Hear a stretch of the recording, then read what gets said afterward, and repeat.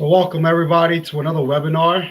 I'm excited today. I met Jonathan here on LinkedIn. I would say around the holidays, right, Jonathan? Yep. And we hit it off, and and right away I said let's do a webinar together, man. So Jonathon Loureiro is a professional engineer with over 2 decades of experience in the heavy construction industry, working both in the private and public sectors. His work is primarily focused on civil, structural, geotechnical projects based both in New Jersey and New York.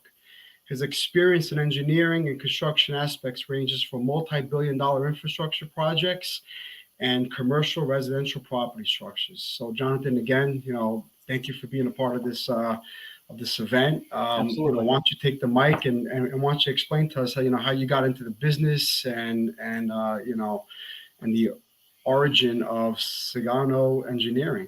Well, I'll try to be quick with the whole initial motivation. It was actually financially driven, but let me explain. So when I was 6 years old, my mother heard me talking about wanting to be an actor, and she said put me down and looked me in the eye, and she said, because I have an older brother who's autistic. And so she explained, she said, listen, whatever you do in life, you need to make sure you're well off because you're going to be responsible for somebody. And aside from even if you want your own family in the future, you have an individual, your brother, that you need to look after. And so I said, okay, because she always associated actors with working as waiters or, waiting tables. So 2 years later, my father saw me playing with space Legos. So he says to me, hey, do you like this? Do you enjoy doing this? And I said, yeah. And he said, would you like to get paid to do this? And I said, well, does it pay more than a waiter? Because mom says I have to make more than a waiter. And he said, I think so. And so that's what started that. And then when I was 12 years old, my youngest brother is also autistic, and my mom, once again, she put her hand on my shoulder and she said, "You still want to be an engineer?" And I said, "Yeah." And she's like, "Okay, good." So that was the initial drive then. So, but I don't regret it, and I love every day of it. Yeah, no, absolutely. Yeah. I mean, listen, when I was a kid, I was building things like crazy in my backyard. My mother said, "You're either going to be an engineer or you're going to be a chef." Well, I ended up going to school for architecture. Yeah. Tried out engineering. I went back. I actually got a degree in architecture, and then I landed a job working for a civil engineering company. Well, I mean, they don't do engineering work, but they build highways and bridges. So Okay. it's Yeah. it's amazing how our paths Yeah. how Absolutely. so, Jonathan, why don't we get right into it? This event is about engineering, right? And how critical engineering is for almost any construction project. Any project that actually requires a structure. I mean, we're not talking about sidewalks and landscaping and things like that, right? Nope. So, you and I have had plenty of conversations, right? Starting from the ground up. Obviously, that's how we build. So, Right. borings, right? And geotechnical reports. Yeah. And there's, having built my own projects and having estimated many projects as well, it's just, you always feel like you need more borings, right? One side of the job is going to show the water level at elevation 0. The other side of the job is going to show a water level at elevation -15, but yet your mat foundation is sitting at -8. So, what is it? What do you do? Watering, I mean, what do Right. we do? So why don't you get into borings and how you analyze borings and soil types and how that rolls into what type of foundation you actually need to. Well, the one thing I will say is you can never have enough borings, because let's say even if you have enough borings, it's also the interpretation, or usually a geotech soils investigation firm will do that soil report, the analysis, the interpretation of all those borings, and then that still matters as well. But as far as the number and the location of borings, it's always location of your board in the vicinity of what you're trying to build to, or get an indication of what are we going to on.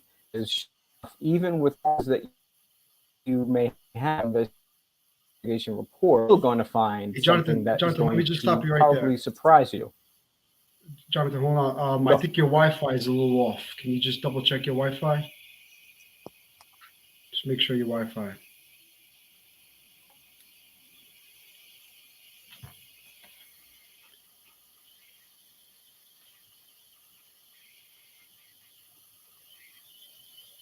Or you can continue if you're there.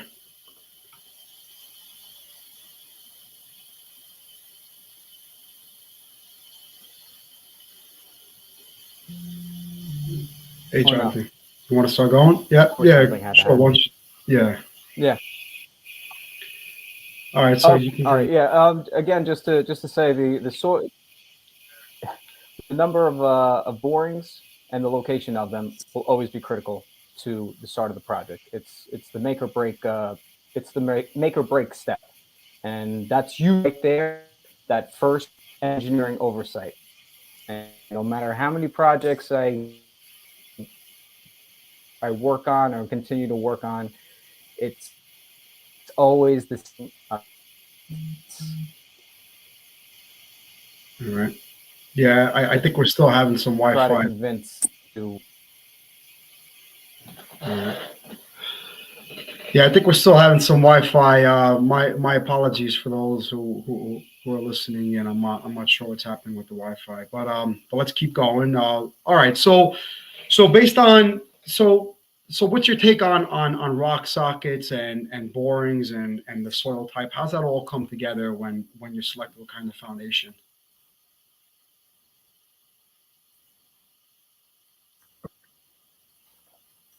Jonathan, you hear me? What's say that again? What's my take on what? The rock sockets, Jerry, what did you say? borings, and You soil said what's types. my take on what? On rock sockets, the They're the best borings thing. and soil They're the types. best thing. If I had to choose, if some, yeah, yeah. So in my basically pile foundations or piles with rock socket embedments are probably the most, in my opinion, the most secure, the most uh, conservative way to build your building. Now, obviously, if it's a house, are you going to need 30-foot piles with a 5-foot rock socket? Most likely not. But here we are building or talking about infrastructure type projects, and sure enough, even if it's not an infrastructure project, let's say it's a multi-unit, 7-story, 5-story, a 300-unit apartment building, a large ground, and not only that, we're talking about a dense, so North New Jersey, New York City type of environment or surrounding. You want to make sure that you got stable ground, because whatever structure you're trying to build, I mean, the ground determines the success or the functionality of your structure. So if Sure. in a lot of times, developers, they have their focus on the building itself, but they do not, they won't even think twice about the ground, but the structure. So it's just something that I can't emphasize enough. But as far as my favorite type of anything, it would be pile foundation, rock socket embedment. It's the Now, most secure. It takes care of uplift. So many types of factors that we need to consider. right? Is there a situation where even when you have rock next to you, where like you wouldn't even use the rock socket? I mean, what kind of soil will keep you away from utilizing a rock socket where you could just do a spread footing, right? So once you get into the soil types of where you actually need piles versus just doing a spread footing.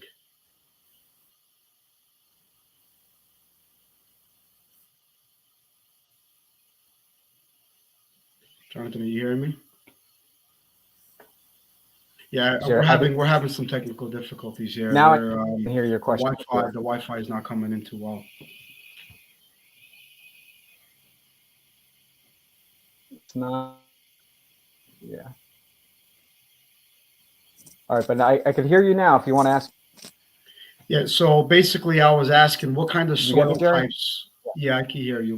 What kind of soil types will you utilize as spread footing Okay. versus actually designing piles? So a soil type for like a spread footing will be good for sandy gravel type of soil. You can more times than not you get that bearing capacity, and you don't need to really. Well, I mean, you would have to just make sure you're low, but again, you want to be economical. It's because the piles and sockets cost money. They always will more money. But as far as for a strip footing, spread footings, shallow foundation, depending on what that bearing capacity need is, that's the type of soil that you look for. For the pile foundations, it usually ends up being where if it's silt, like loose soils that are silts, clays.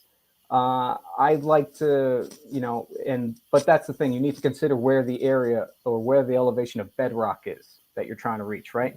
Because now, let's say for some reason, the soil is problematic. You have a heavy load, but the bedrock is near close to the elevation, or let's say 200 feet away. You need to start thinking of different methods to accommodate that. But that's where pile foundations usually ends up being successful, where you bypass all that loose soil and get into an elevation of the rock strata, dig into it a certain amount of footage, and then you're good. Cool. So that's my So take with the piles. yeah. So let's talk about underpinning, right? I mean, we're around Yeah. New York City, and we have hundred plus year structures sitting right next to these deep excavations that we need to do, right? So, Yep. I mean, what's hmm your take on underpinning? Why don't you explain when we need to utilize underpinning and potentially talk about the process a little bit as well? So, in underpinning, it's funny that you say that because underpinning you usually see in dense areas, right? Because your new building or whatever new project you're trying to build, more times than not, especially if you're in North New Jersey or New York City, your your plot line is really much coming up to the next building, whether it's Oh another yeah. 25-story building, or if you're going next to let's say transportation infrastructure. You got columns or pier foundations for tracks, trains, elevated trains, and the point of the underpinning is to basically allow the stability for that particular structure that you're going to build below, right? So now if I have a 20-story building that I need to build to, but I'm going to dig down below the footing of that building a certain amount of feet to accommodate the basement level of my new structure. I need to make sure now that, okay, well, I need to put or how do you say, it's basically the underpinning is almost is uh is making that footing connection bigger, Right. because if I don't have that underpinning concrete block there, now that building, as I go to excavate, is going to more likely shift. Right. It'll definitely shift. But uh, but that underpinning is always tricky, especially with the heavier building, because now how do you do that underpinning with this 20-story building that I have to go build my new structure by? You have to usually segment it. So it's like, we call it like A, B, C, or D. So you have a bunch of the A's, then you go back, you build a bunch of the B's. So it's a controlled, it's monitored, and it's a safe way to make sure that the underpinning is constructed properly. Right. And there's a lot of components to all this as well because, I have a lot of experience bidding on design builds, right? And they Yeah. give you 30% drawings. And you have very little to really work off of, right? So now you're trying to design this SOE, supportive excavation, and there's a high water table, for example. You got to do a 30-foot cut, right? Yeah. So some locations you could use a standard soldier pile and lagging, and then there's some situations where you need to use steel sheeting. And then if there's a high water table, well, now you got to utilize jet grouting, right? But Yeah. jet grouting in New York City costs $2,500, $3,500 a cubic yard, and you need to fill in all the voids. Hmm. So now you're estimating a job, and you don't know if you need 100 yards. Maybe you need 150 yards. Right. It becomes very difficult, right? So, you have such limited information as well, and then you start utilizing underpinning as well. And sometimes you kind of just need to have a post bid analysis where you need to start doing some test pits and really seeing what the situation is as well. So Oh yeah. Oh yeah. I mean, what are some stories you have where, a contractor, because I know you deal with the private sector, you also deal with the public sector, I Right. mean, Right. I'm sure that there's plenty of stories where a contractor came to you and said, well, we have a budget of $100,000 to do this SOE work. And then you start determining, well, no, you actually, based on the soils that I'm finding, you actually need to do $250,000 worth of work. I mean, That 250 would be a nice number in some cases compared to the things that exactly. I've seen. So, but I agree with you as far as those 30, drawings you're given 30%. How do you go about this? And the best thing to do is obviously try to have conversations with people who have already been in the mix of it. They can give you, the estimator an indication of saying, hey, look, honestly, I know you have a budget of this, but you should bump it up by this much because it took us this many days to deal with something like that. You got a high water table. All right, well, there was a little bit more of a, dewatering setups that we had to do. That's more money to include into the bid. But as far as like with you made mention with the high water table, you can get away with the steel sheeting, but a lot of times it's forgotten that you want to let that water drain somewhat. So you need to cut out holes in that same steel sheeting. But wait a minute, you didn't take that into account for your bid. So now you have you'll have a union individual spending so many hours just making all these cuts now, and it costs money. But now that's something that is probably would have been a good discussion pre-bid, right? So I mean that's one thing. But the one story I really do have with, like, especially when you talk about underpinning and the change of the game is on one particular job. We were told, or I looked at the soils report. It said that at 8 foot below grade, we had a soil bearing capacity of 3,500 psi. Let's say, right? So I mean, it's a decent amount, and it's definitely suitable for a multi-story building, multi-unit apartment building that you want to cover a large area. But when we were doing the underpinning part of this one lot, we got down to that 8 foot, and I realized I was looking at the borings, right? Interpretation of the borings. I'm looking at the borings, and it says 3,500. But then when I was able to take a rock and I threw it into the area that the guys just excavated, and that rock disappeared. And so I remember I called up the soils the soils entity that did that, and I FaceTimed the gentleman. And I asked him. I said, "Are you sure about this 3,500?" And he said, "Oh yeah, absolutely." And when I showed him how that rock and the second rock disappeared, he's like, "I'll call you back." And sure enough, it was explained to the owner that they said we can't recommend a mat foundation anymore for this building. It has to be piles, and it was and that was going to cost about $750,000 right off the bat. So it's just something like that. Even if you try to do everything right, there's always going to be a factor that may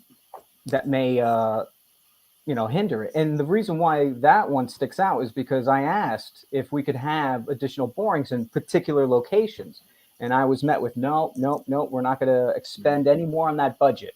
And I said, well, you really should consider this. And then sure enough, I got called up to try to come up with a foundation design for that on top, because I was meant to do just the SOE for that particular project, but they asked me if I would do a pile foundation for them. So it's Yeah, and you're that guy who's bearing all the bad news for everybody as well. So it puts you in a tough position as well. But I'm usually the guy that, and I hate to say this, but the "I told you so" dance is something that I always want to, just because I've seen it one too many times, and if you've seen it once, you've seen it one too many times.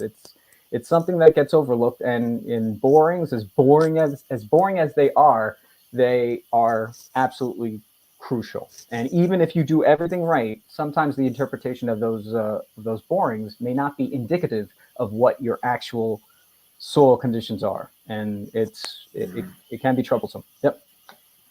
So we're getting quite a few comments here, and somebody asked, it doesn't have a specific name. It says, "What is the most difficult project that you've ever had to work on?"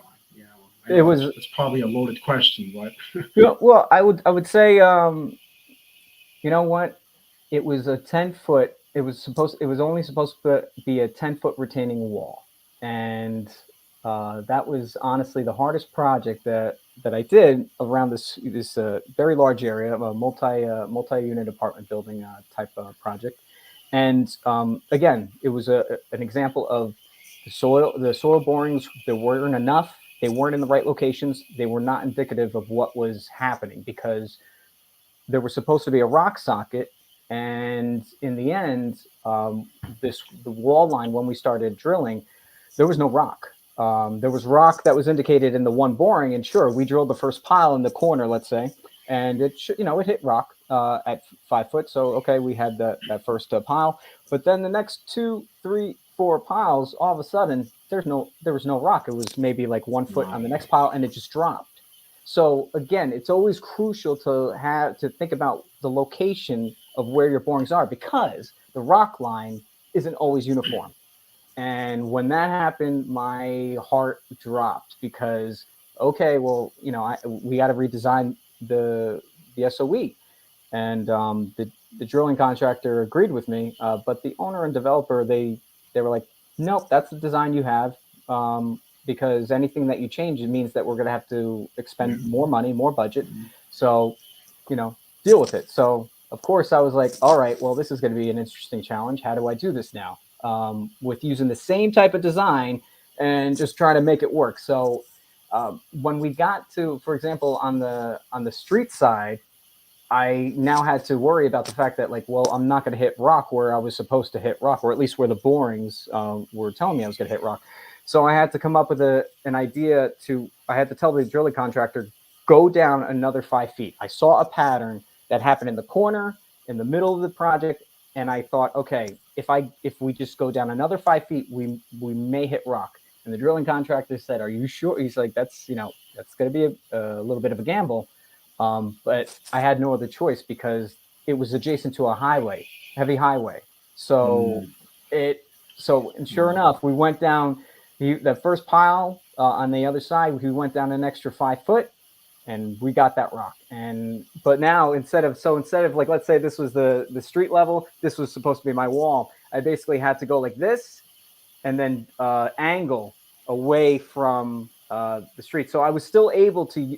I still used the same space in the piles, the same type of pile, same soldier pile and lagging pipe piles though, and so I was just going down that extra 5 foot. I was still able to accommodate the balance of the forces, the lateral forces, to make sure that all those trucks that were constantly driving by were not going to shift that wall. And yeah, that was just definitely that project gave me all these gray hairs on my face.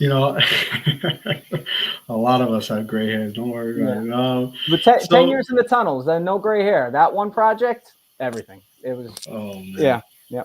Well, I mean, everything is on you, right? Because it all comes down to your PE stamp as well. Yeah. So, and then your And license is on the line. I mean, I have a buddy of mine who's an engineer as well, and he's always talking about, it's scary. I mean, it could be very stressful. but the stressful factor is multiplied by the fact whether it's a private or a public job. Because a public job, there's no question. It's always going to be the safety, or the liability of structural damage to adjacent sites, harm to people, whatever the conditions are always going to matter more. You're not going to have that issue on a public job where someone's going to say, we're not going to do that, and run the risk of liability of someone getting on the private jobs. That private job, the owner just didn't seem to care, I guess, if that. But so it was a learning experience, to say the least. It seems like, well, before we get into private and public, Yeah. I've analyzed many bids, and I've worked with plenty of pile guys, and these guys give you a quote based on perfect case scenario, which you and I both know it's never a perfect case scenario in construction, right? And then they have that one line item on the bottom of their quote that says, any additional time outside of this scope is going to cost you $2,000 an hour, because now they have their rig, they have all the different operators on the job site. Yeah. So going back to that last project, I could only imagine how much of a premium, how much of a back charge that pile guy probably charged the private owner, if any. But with my experience, they want every single dollar, because those rigs are sitting on your rightfully so. Absolutely. Yeah, absolutely. And those rigs are a couple $1 million a pop. For any extra day that they're on that job and they're not on another job making money, it costs a lot of money. And over here, especially in New Jersey and New York, where you do all your design work, it's all unions. So even the operators are a lot of money as well. Absolutely. It's just that particular job. He definitely he sent that bill, whether or not the resolution of all that. I didn't get involved with it, but I mean, it was definitely well over $1 million right there, just for that change of all those, just the different types of drill. Hey, we got to drill deeper, we got to do this or that. I mean, I wanted to shorten the span of the piles, because I said, well, look, I mean, if the soils are like this, I need to do something to make sure to give me some sort of nice cozy feeling that I'm going to put my stamp on this and this is going to be okay. And it's very challenging when you can't, when that owner or developer says, figure out another way, because your way that you just told me means I need more materials, more this, more that, and that means more money. So, but either way, like you're saying, to your point, it was more money, because just to do the work and make sure that it's done the right way. I want to talk about like spread footings and rebar, right? Reinforcing, for example, right? Because I see, again, I've done plenty of construction myself, and I've done plenty of estimating myself, and there'll be one footing where you're using number 5 bars, transverse and longitudinal, spaced at every 8 inches. Yeah. Then there's a similar, or for me, a non-engineer would look at another mat foundation, and there'll be number 8s spaced at 6 inches on center. How do you determine whether you're using number 5s at 9 inches? I'm just throwing out some examples, or I mean, I've seen footings that are mass pours that are 3 foot thick that are number 11s, which you need large cranes to bring that rebar out to the crew that's 100 feet into this mass footing. So can you give us a little information on how you determine what kind of rebar you use for these footings, and even columns, just rebar in general? Oh, well, I mean, the one question I would ask you is, well, how big is your structure, right? Yeah. It always depends on how heavy these forces that we're messing with whatever building or structure that we're going to do. What are we dealing with? How heavy? What is? I mean, as far as the weight and the forces go, that's always usually the initial factor. I guess the other trait that I would say, or the other factor that is involved with that, is to see if, let me see.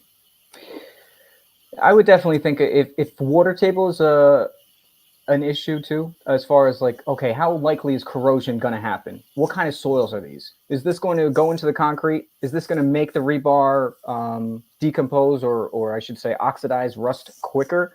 It's going to take a longer time to wear out a number 11 bar as opposed to a number 5 bar, based on the acidity in the soils that we're building within. And a lot of people forget that different soils are different characteristics. So even a very some, not all soils are created equal, and not all soils are always so nice to say, meaning like they don't have corrosive factors or acidity to them.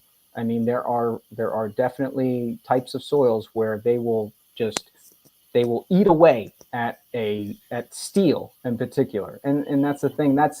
I know we always love steel materials, right? We always love using structural steel and steel this and steel that, but the truth of steel is that it will erode, it will rust away, and which ends up being a maintenance problem in many cases. So depending on what kind of structure you're building, it's always something that you need to prepare yourself for. It's like, okay, I want to build this structure and I'm going to use I'm going to use steel or a steel column, right? Like you were saying, steel column, or when do I use a steel column compared to a concrete column?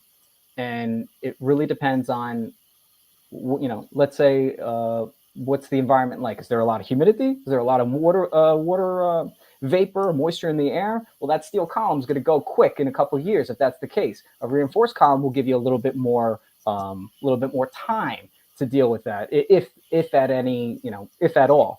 And but as far as like, that steel too, it depends on how high you need to go to whatever level you're gonna build to, because you need to think about slenderness, because the longer you have a steel column, you have to worry about buckling, right? Sure. Depending on what kind of heavy load you're messing with. So and there's always like for high heat. There was one case where the electrical utilities, the electrical conduit was built or was constructed and it was touching the steel column. There was some defect, something happened, and it heat up. The electricity was heating up that steel column so much that it ended up just deforming, and it bent and it buckled because of the high heat from that, from the electricity. You wouldn't get that right away with a reinforced column. But at the same time, steel columns are better with seismic forces. So where are you building your structure? Are you building your structure in California, or are you building your structure in the middle of New Jersey? You know what I mean?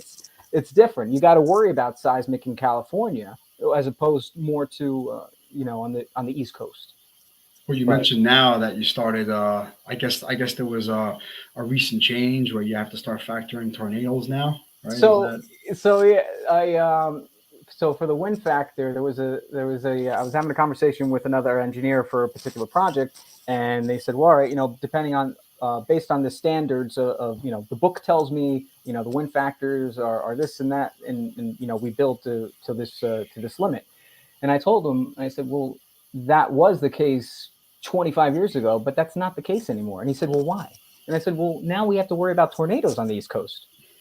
And he's like, well, I mean, yeah, I've seen that in the last few years. They do tornado warnings for us now on the East Coast. And I said, but think about that. The standard on this book that you're showing me is taking into account something that has, the world's changed. The environment's changed as far as in the last decade alone. I mean, just the actual rainstorm events, right? That, when we do a lot of these designs, a lot of these engineers, they say 25-year storms, 50-year storms, or whatever, and that's not the case anymore. It's no, we've had, I think in the last decade, we've had a couple handful of storms that were well above 100-year events, or what would be considered a 100-year event storm. But now, if I have 500-year event storms happening in the last decade, that's no longer a 100-year event, because if it's supposed to happen only one every 100 years, something's got to change, So there's also that needs to be considered for designs now. Sometimes we need to think outside of the standard book and say, what's happening? What is going on? And again, that's just trying to avoid that engineering oversight, because we do not want to deal with those high costs down the line. So. Well, I know the past couple of years, like the New York City DDC and a lot of the New York City facilities have been pumping out tons of money and projects on flood mitigation, right? Yep. And these really cool hydraulic floodgates, and I mean, they're really building up especially the east side and downtown of New York City, going all the way around Wall Street area. With that, what are they called? The resiliency, right? Well, the East Side resiliency projects, right. Yeah. So yeah. I was a part of a couple of those bids as well. it's pretty cool stuff, you know. But it's all based on that 100-year storm, you know. So Hurricane Sandy was one of them, and it flooded the entire area, right? Right. And it destroyed a lot of the transit system as well. So, I mean, you know, it ruined lives, it ruined neighborhoods, but at the same time, you know, it provided so much work for so many years. I mean, I'm not sure if that's a good statement, but Well, it's it's a factual statement. I mean, yeah, no, it it ended up is, it is. that's what it was, and but you know, now with that kind of planning, it's also something that needs to be looked at to say, all right, are we going to be here again in the next 10 years? Are we going to be doing this project, that, you know, this type of work, because we had to accommodate for another storm that was a little bit higher than Superstorm Sandy? I don't know. But at the same time, it always seems to be whatever we need to do, right? It's always driven by the almighty dollar. And at the same time, we need to take into account what's more, you know, what's more important. Is it the safety of the public, or is it just trying to make sure we get a structure that is a functioning structure that we need to do, you know, the bare minimum, and then let's just move on? But at the same time, we'll be here again, which, yeah, it definitely provides work for individuals related to the construction industry, but it also ends up being more of a strain on the society itself, because, well, you know, I'm sure that's a lot of tax money that ends up going to those types of projects in some way, shape, or form. Oh, absolutely, yeah. It's Yeah. almost all tax. Yeah, it's all tax Right. money. Hey, I want to ask you something. What do you have any experience with fiberglass rebar?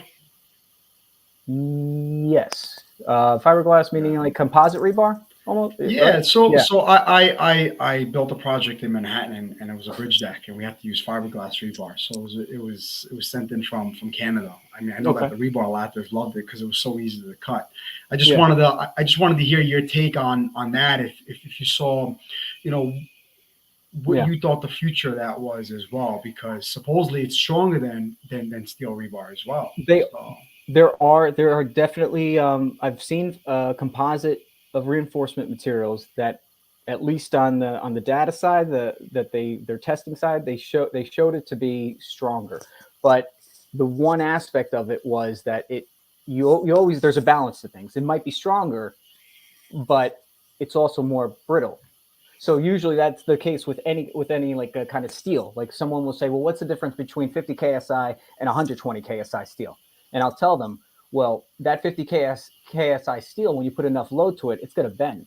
But when you put that same amount of load, or sufficient load, to that 120 KSI steel, that thing is going to shatter like glass. Like it's very brittle, so it shatters. So the failure, the indicative failure for the higher strength material usually ends up being more brittleness. So, but to accommodate that, you'd either build a bigger size composite rebar, or design for a bigger size composite rebar, or you change up the number of them based on, you know, the placement of how you're trying to do your beam, your slab. But I honestly think the composite way is the way to go. Why? Because I'm not going to have to work. More than likely, I'm not going to be back here 10 years later trying to do maintenance costs, because the concrete and this, you know, and I was just driving on the highway, and my wife, she always is like, oh God, here we go. And every time we go under underpass, and I'm analyzing, or I'm looking at the you know, the pier, the concrete column piers, and I could see them already cracking. You could sometimes see the rebar. And why do you see that? Because it's concrete cancer, I call it. It's oxidation. It's the rust. So all steel, because when you use reinforcement steel in these concrete structures, it gives you the, you know, the ductility, the length, the slenderness. That's great, right? But the problem is that you will like you can't ever say, there's no way that the weathering or some way moisture is not going to touch that rebar, because as soon as moisture touches that rebar, oxidation will start. And unfortunately, with concrete, there's more than a million ways for a hairline crack to make its way and touch that rebar. But if it's composite, you don't really need to worry about that, to a point. well, So especially people like us who are in the Northeast, or who are in a colder climate, and you're dealing with all the salt, right? So, I mean, when you Right. look at a bridge, the outside columns, the outside bridge bearings, the outside Yeah. beams, the outside parapet, whatever it may be, are always a lot more deteriorated than the inside, right? And then when you have Yeah. a bad joint, right, and that joint stays bad, a bridge, an expansion joint stays bad for a long time, the salt is just going down, it's destroying all the bearings. So Yep. I was on plenty of bridge jobs where we had to jack and we had to just take out the bearings, and the beams were perfectly fine. It's just the bearings, and then the pedestals were all messed up. So, something as simple as replacing the joint and letting it go for too long and having that salt and all the environmental elements go down, it just deteriorates everything and it rots everything. And on top of that, there's you have to paint as well, right? So now we have all this infrastructure money Another. coming in. Yeah. So, hopefully we'll see a lot more of these bridges painted as well. But a lot of the times there should be more in-depth repairs, and all they do is slap paint on it as well, right? So That's true. That's true. But and that's, and then as far as you bring up the bridges and that's the one thing I always see as far as a complete structural steel bridge. You're going to be, that is, in my opinion, a parasitic structure. Why? Because 5-10 years down the line, you're going to have to do some sort of maintenance to that. Yeah. Why? Because that's just the nature of it. Even if you go ahead and do the painting for the steel to say, oh, okay, no, we're gonna protect it. We're gonna protect it. Okay, well, you did that for George Washington Bridge. How many times has that bridge been repainted or so? hundreds But of I could yeah. that is a conversation I could have the whole other day. So I won't get into that. But that's So how come sometimes so like I go to Florida often, right? And almost all those bridges are reinforced concrete. So why would you choose why. a concrete beam over a steel beam? Like over here, there's really not that much of that in the Northeast. Can you? So for Florida, like for an area like Florida, you're going to see a lot of that reinforcement, RCC type structures, because if anything, the water element or the moisture element is going to assist the concrete element because when you see these concrete test cylinders, and not everybody knows this, but like when you see like, okay, the on the graph, the period over time of like, okay, that same concrete cylinder, I have it in water, and how much stronger is it now? Well, you may not see the increase in the strength, but 50 years, 100 years from now, it actually gets a little bit stronger due to that moisture being present. So for Florida, because of the high water table, right? Because the ground conditions in Florida, in my opinion, it's very, the sea level is very high up, and just the atmosphere, or because of the temperature of the water, it has a lot of corrosive effects in it. So if you're going to do a steel structural bridge in Florida, that thing's not going to last 5 years, 10 years. I mean, it's just that ocean water will just eat away at that steel structure, because winds carry that.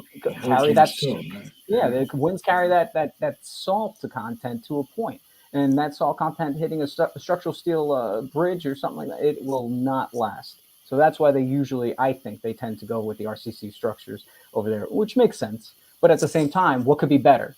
Change the reinforcement to a composite. Don't use steel, because you're still going to get, and you'll still end up dealing with the same type of theme. I need to repair something because something's corroding away. Why? Because it's steel that's being oxidized by water that's entering the system in some way, shape, or form through a hairline crack after 5-10 years or something like that. So it's I mean, but that's the reasoning, I believe.